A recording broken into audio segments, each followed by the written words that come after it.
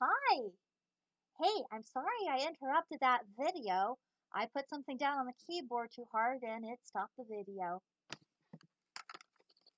So we're at this point in our Candy Cup Princess. We have the base, we have the spacer bubble, and in this case I redid it, and the spacer bubble's too big. You can see a gap. But that's all right. She still stands nicely. I made the skirt a little taller, and as a result, I needed to use a total of 3 pink balloons to get back up to this starting point. I did a pinch twist here, and we're going to reuse this to be a part of her chest. Now, this is where we left off, was we were going to do her hands. I got a 160, inflated it halfway. Now to do her hands, it's a little tiny bubble, followed by a pinch twist, followed by a little loop. Judge the loop according to the thumb. The first bubble we made is the thumb, so it should be just a little shorter than the loop, but the loop shouldn't be so overly big. This is a princess. Her hands are dainty. And then we're going to do one more pinch twist. It locks that loop twist in. And as the balloon gets old and softens, the 2 pinch twists there add extra support in keeping the hand looking like a hand. Now I'm going to do something that I call a shock twist. You bend the balloon where we want the elbow to be, and then we pinch it. We grab it, twist, and pull and pinch. And then when we stand it up, it now has an elbow bend. If you squeeze more, you see, squeeze more air out of it, give a twist and pull it. That's like a snap or a shock sound. That's why I call it a shock twist. And you can actually get the balloon to bend at a 90-degree angle. Now the top of the shoulder is about the same distance from the crook of the arm to the hand. It's about where we want the top of the shoulder to end to get the correct proportion. I take the loop, I push this shoulder twist into the joint of the 2 pink loop twists, and while pushing in with my thumb, I take this balloon and I squeeze it and I roll it. I squeeze it a little and I roll it just to get it around those tight edges. Now I'm going to take this top pink balloon and bring it forward. Now these next balloons are going to be soft because these are the bosoms. And if we did it too hard of a bubble, her chest is going to stick out really sharply. But we want round bosom for the front of the dress. So you want to make sure this bubble is soft. So I am squeezing it.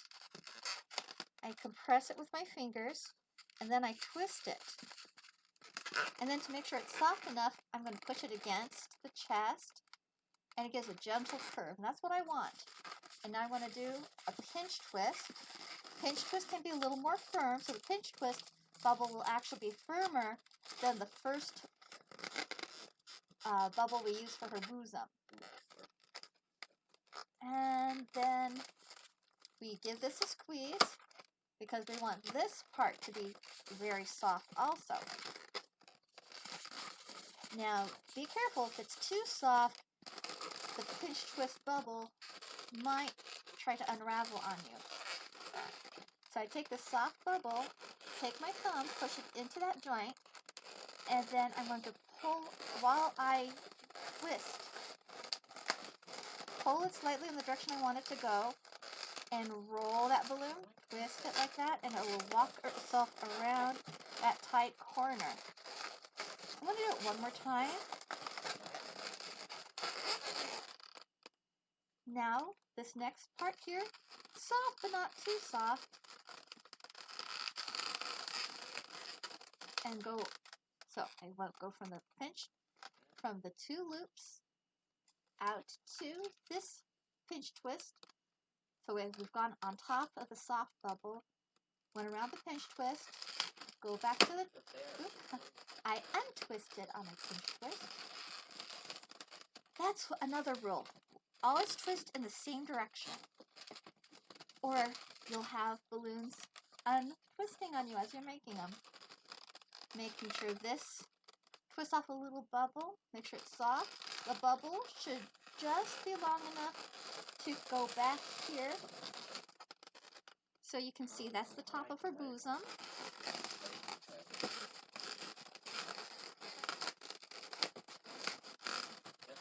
We're not done with the bosom yet.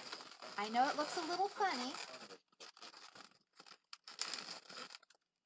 So I've repositioned everything to look like this. Now we're going to finish with the other hand.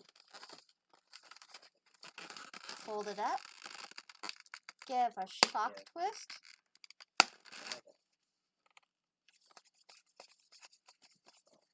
Isolate a hand for the bubble to start the hand. Pinch twist. A loop twist. Keep it small. You might want to refer to the size of your other hand. And another pinch twist.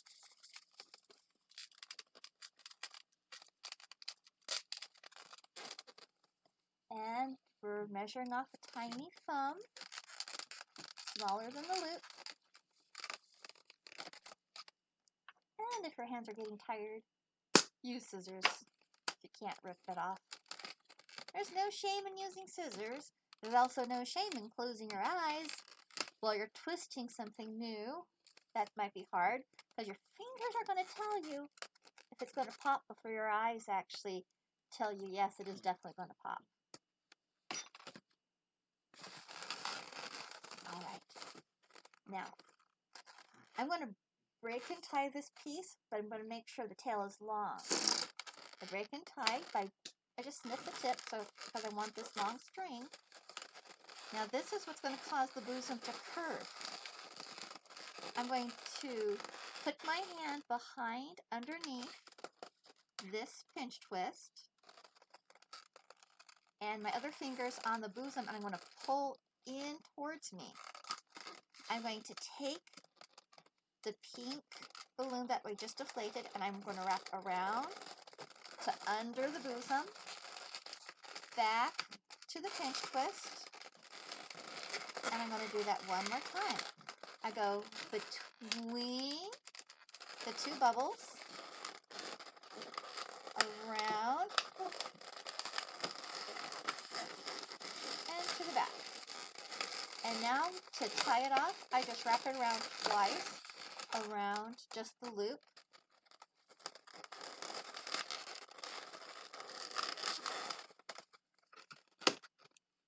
That is what we have so far.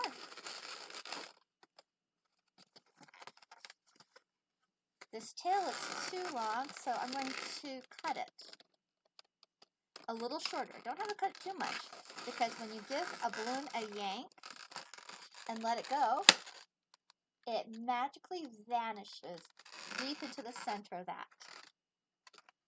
Now, again, we're not quite done with the bosom. We're going to add some decoration, which will make it less funny and less stick-outable. But still, that's not too far out. About a C cup. I maybe was a little too generous on the bosom area, but by the time we're done, she's going to be nicely covered up there. She got a little twisted around. Things do get twisted when you're twisting, so I'm going to circle around. So there's the front of the dress. Just like we put bubbles on the bottom, we're going to put a ring of bubbles on the top now. So you're going to grab yourself a 260 chrome. Yes, grab a 260 chrome. You don't need a lot of it, just we're going to be making about 9 bubbles around each arm. I'm going to attach it to the pinch twist in the back.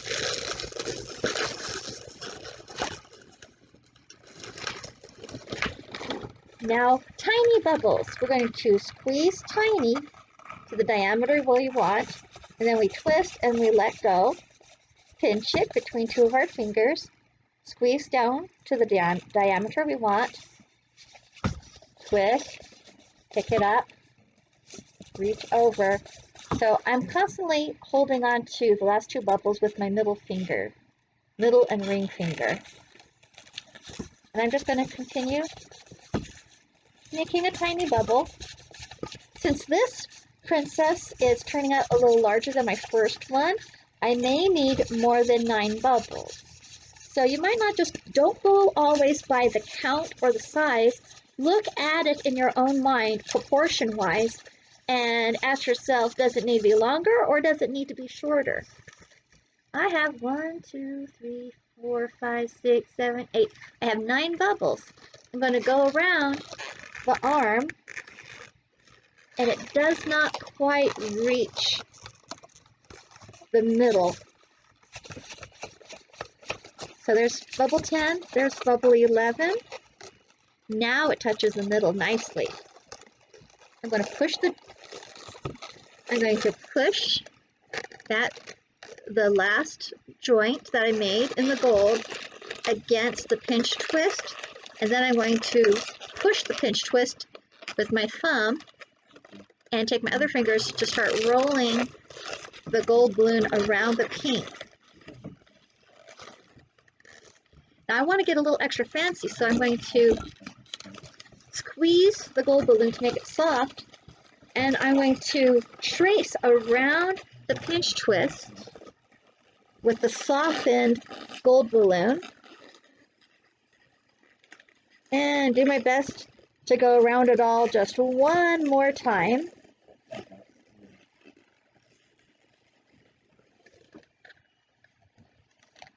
And then rearrange the bubble there. So there's some extra decoration that we've added to the front of her bosom. And now you want to try to make the same size bubbles. Now notice, I'm actually having the doll press against my chest, and the legs of the dress are pushing on my leg. So that holds it in place. I don't have to hold this while I'm twisting and working with it. Also, when I'm holding it, this arm is pushing down to also add stability to this doll to keep it from twisting.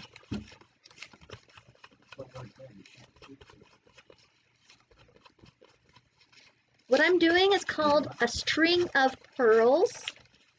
They're a good exercise for learning how to make bubbles. I explain the string of pearls in my beginner twister books. Tutorials. I'm going to count now. 1, 2, 3, 4, 5, 6, 7, 8, 9, 10, 11. 1, 2, 3, 4, 5, 6, 7, 8, 9, 10, 11. One side's 11, one side's 11. One side seems a little more loose. But you know what? No one's going to count how many bubbles. So if one side is 11 and one side is 10 bubbles long, no one's going to count or matter.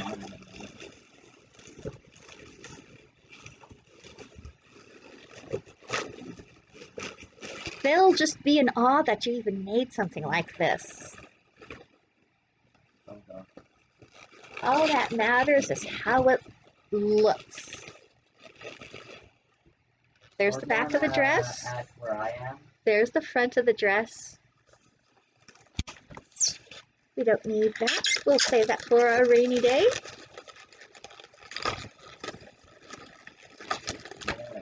I'm just wrapping the tail around the other loop twist.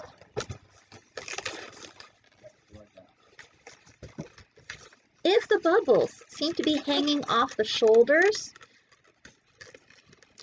if you want to tighten it up, you can take one of these back bubbles and pinch twist it, and that'll help pull the neckline in a little tighter.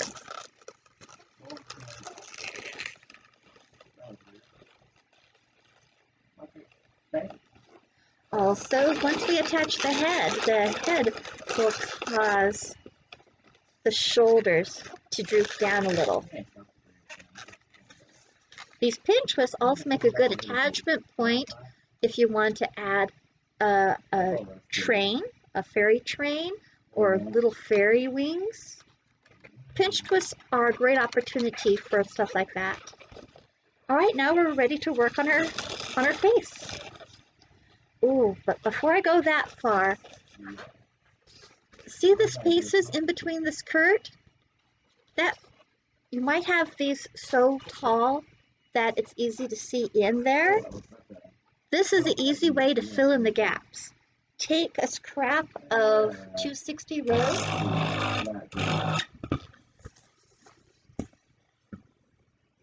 I don't think I need to inflate it this much. But we're just going to go inside the layers of the dress. We're just going to go around in a circle.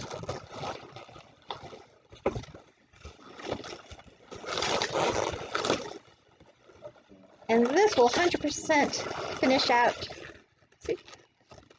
So just by going around in a circle and then just tying a regular knot, nothing fancy here, we're just filling in the gaps.